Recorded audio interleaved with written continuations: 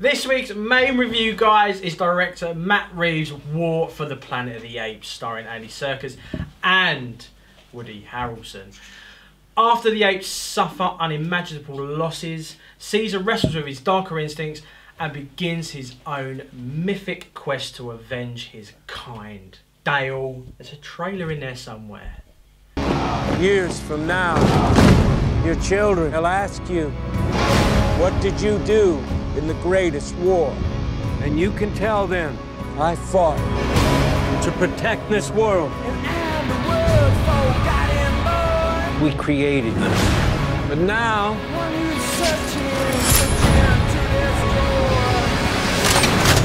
we will bring an end to their kind. So guys, War for the Planet of the Apes. Can I just say, watching Dawn of the Planet of the Apes, and obviously we've watched Rise of the Planet of the Apes, Dawn really set this film up for me. Yeah, I think you can kind of get away with not watching Rise. Yeah. But you do have to watch Dawn because there's a lot of reference back to like Cobra.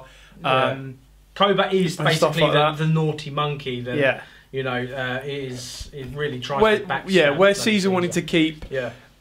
Like he wanted to make peace with the humans. Yeah. Cobra was, no, apes don't kill apes. Yeah. We go all out to kill. We'll kill the humans and we'll take over. Yeah. So Cobra was kind of what the humans naturally feared, not Caesar. That's it. I mean, obviously, when the film opened, obviously we had some little bits of dialogue to read, and then obviously it went straight into it, and it was just in this epic kind of forest. Yeah. And it was basically these guys just trudging through the forest, trying to find Caesar, trying to find, you know, the apes like kind of hideout or Caesar's hideout. And it was just so, to me, it kind of brought me back to kind of Predator. Yeah. They all surged up this hill, then they obviously see something, and then obviously then it's the charge to the stronghold, which was absolutely epic. That first scene was so it grabs epic. You straight away, doesn't it?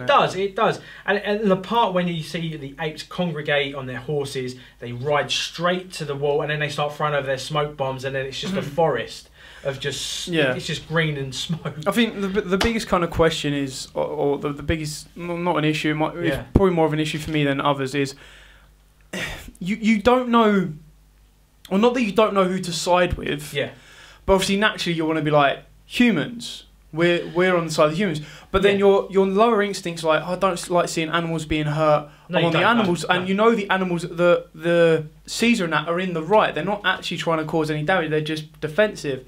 So the film had to go quite far out of its way to make the humans, or Woody Harrelson's character, to be as despicable and as evil as possible, and as mean as possible. So you had no torn alliances. We're with Caesar all the way. I mean, obviously, the turning point for when you kind of thought, oh my, you know, days, the humans are really doing wrong here, is when obviously they go and, spoiler, they kind of wipe out Caesar's, you know, little family apart from one son. Yeah, they for a bit of backstabbing through other apes that still follow Cobra, the bad ape. Yeah. Which are called donkeys. They get called, so the humans call these gorillas donkeys. They carry like ammunition, don't they, for them and all stuff like that. So they betray Caesar. The Colonel, Woody Harrelson's character, goes in to kill Caesar, and instead he kills Caesar's son and wife. Yeah. Then sending Caesar into a downward spiral of revenge and darkness. Caesar sends the rest of the clan, or the rest of the group, off to this new place where it's supposedly safe. Yeah. And in doing so, he goes back on his own with his three companions, Rocket and two others, to go and fight, to go and kill the general. Now, unbeknownst to Caesar, the general actually captures the rest of the group and holds them hostage, and in doing so makes them work for him by building a wall at the rest of this like snow-based dam, because the colonel is actually a renegade colonel who is basically... He's holding arms, ain't he, really? That's what he's doing. He believes the rest of that when the humans start getting dumb through the virus, that they should be killed and not allowed to spread, whereas the other people, the other soldiers up north, believe that they should be allowed to be kept alive so they can be studied and a cure can be found. So they're coming down to fight the colonel. The colonel's getting the monkeys, the apes, to build the wall to protect him and his people. And along the way, Caesar meets this ape that's been able to live on his own that came from a zoo. Now, he was the comic relief of the film, and he was really good. Bad ape. So he was really good. He got kind of released the tension a little bit. But the story then kind of progresses that the North soldiers come down to kill the Colonel. The Colonel actually gets infected, and the virus starts to spread on him. So after all of that, and the Colonel, like Tony was saying, the Colonel is an absolute badass throughout this entire film. You have no sympathy for him whatsoever, but Woody Harrelson plays him really well because he is, in his mind, he's doing the right thing. He's not doing anything wrong. He's fighting for what he believes in. Yeah, he does. And and then for him to meet his end by ironically getting the virus himself and killing himself is kind of like poetic justice. I mean, obviously, when the film's going through its motions, I got a touch of Western. I got a touch of I got a bit of Django, bit of Revenant, and it was kind of Caesar really finding himself and finding out what he's really made of. Because at the moment, when you've watched obviously Rise and Dawn, you kind of just think to yourself, he's only finding his feet now, and obviously in Dawn he's trying to be this leader, and he's trying to just make sure that people follow him for the right reasons. Now, obviously in War, he's trying to fight them inner demons because obviously his family's been killed, and he's on the edge, and you can see it. Obviously the CG is so good in this, and Andy does such a great job that you can see the pain in his face at different points. At certain points it's really hard to tell that the apes are actually CG, which is great. And the locations were beautiful, stunning, absolutely beautiful. Like the forest scenes, the snow as well, the snow scenes. It was such a well shot film. For me though, thinking about it as a whole, the story really, I don't know, it wasn't strong enough for me in a sense. I thought it was epic. It was a story of revenge, and that's kind of what it was. It was like Dal just said, it's a straightforward story of revenge. It could have had a couple more little nooks and crannies to it, like a couple of little twists and turns, which would have made it probably slightly better, which would have, done the trick, really. But you were always playing off the feelings of Andy, always playing off the feelings of Woody. There was one soldier, which is that confused me a little bit. Yeah, he was there all the time, and I was thinking to myself, is he kind of the human that's going? I thought he was going to turn and help the apes out. I thought, like, what was he? The confused human? Was he like, do I help apes? Do I help my kind?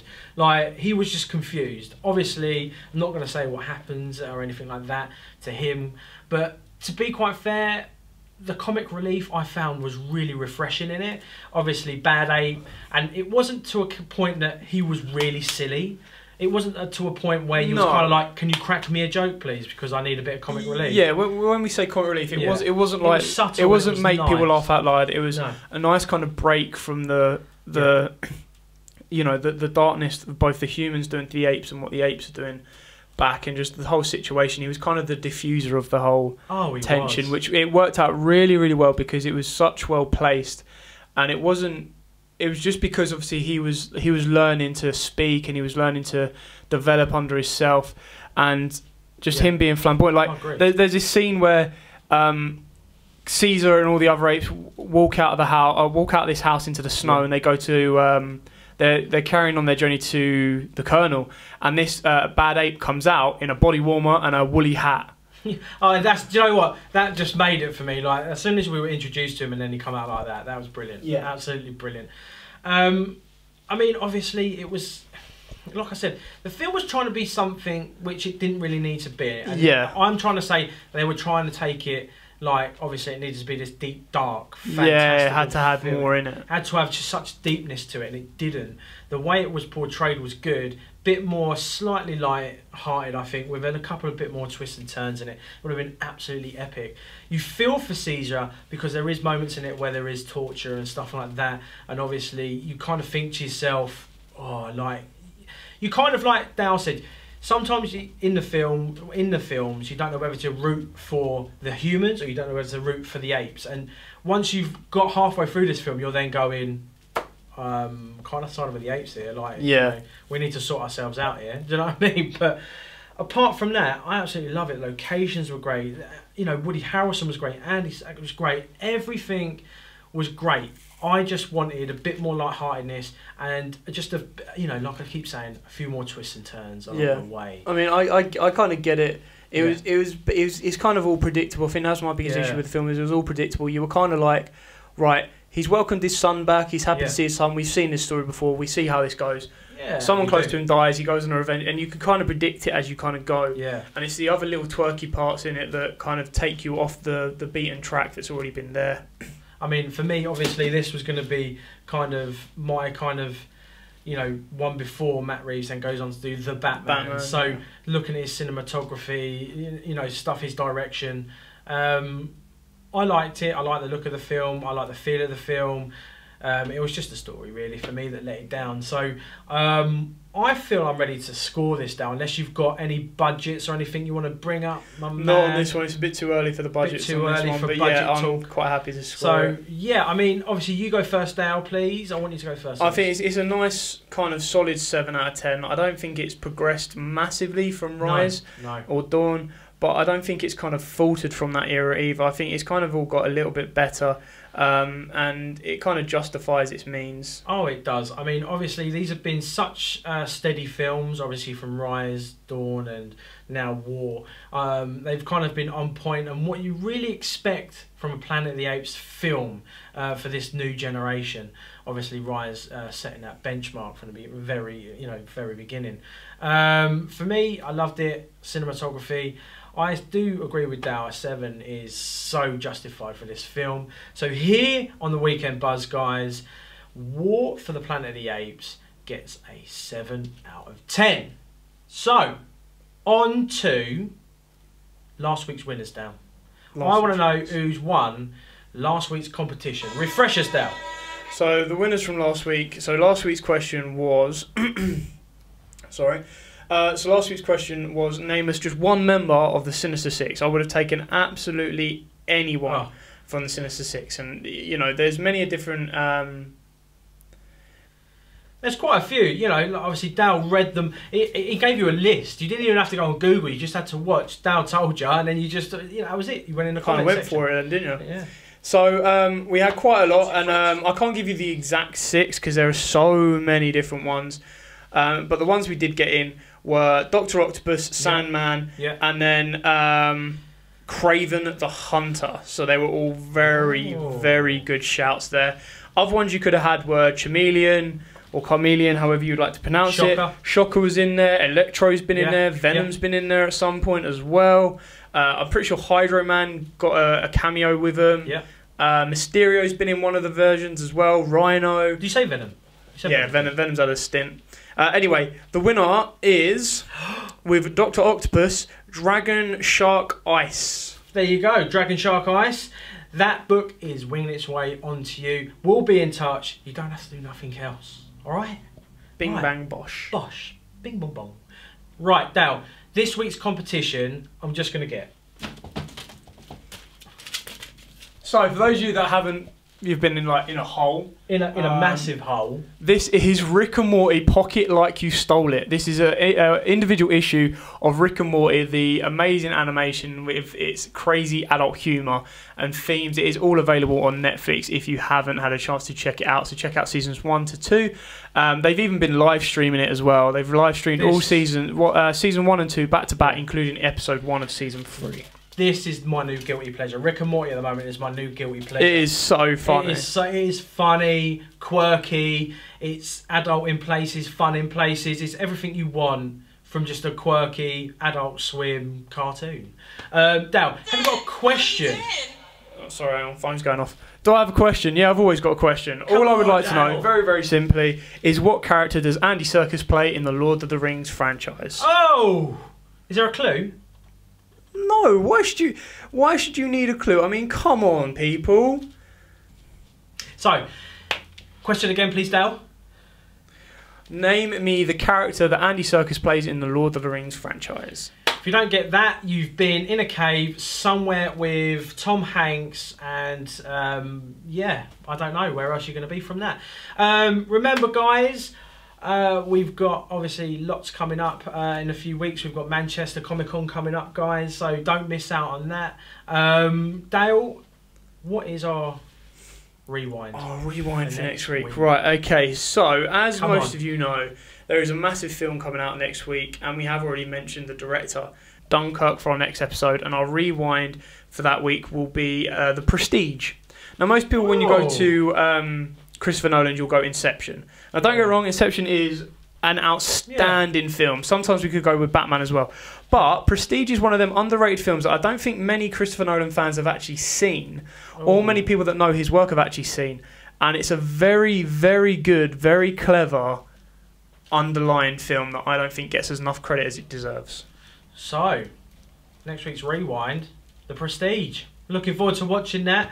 Next week's review is obviously Dunkirk, guys. Remember, if it's not up 10 AM Saturday, it'll be up 10 AM on Sunday. Don't miss out on anything. Remember to like, subscribe.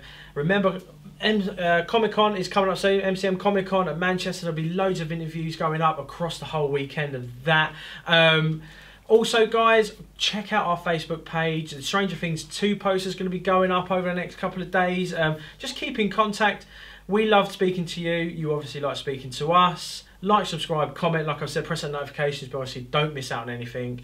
Thank you very much for watching. My name's been Tony. I've been Dale. And we'll see you all next week with Dunkirk.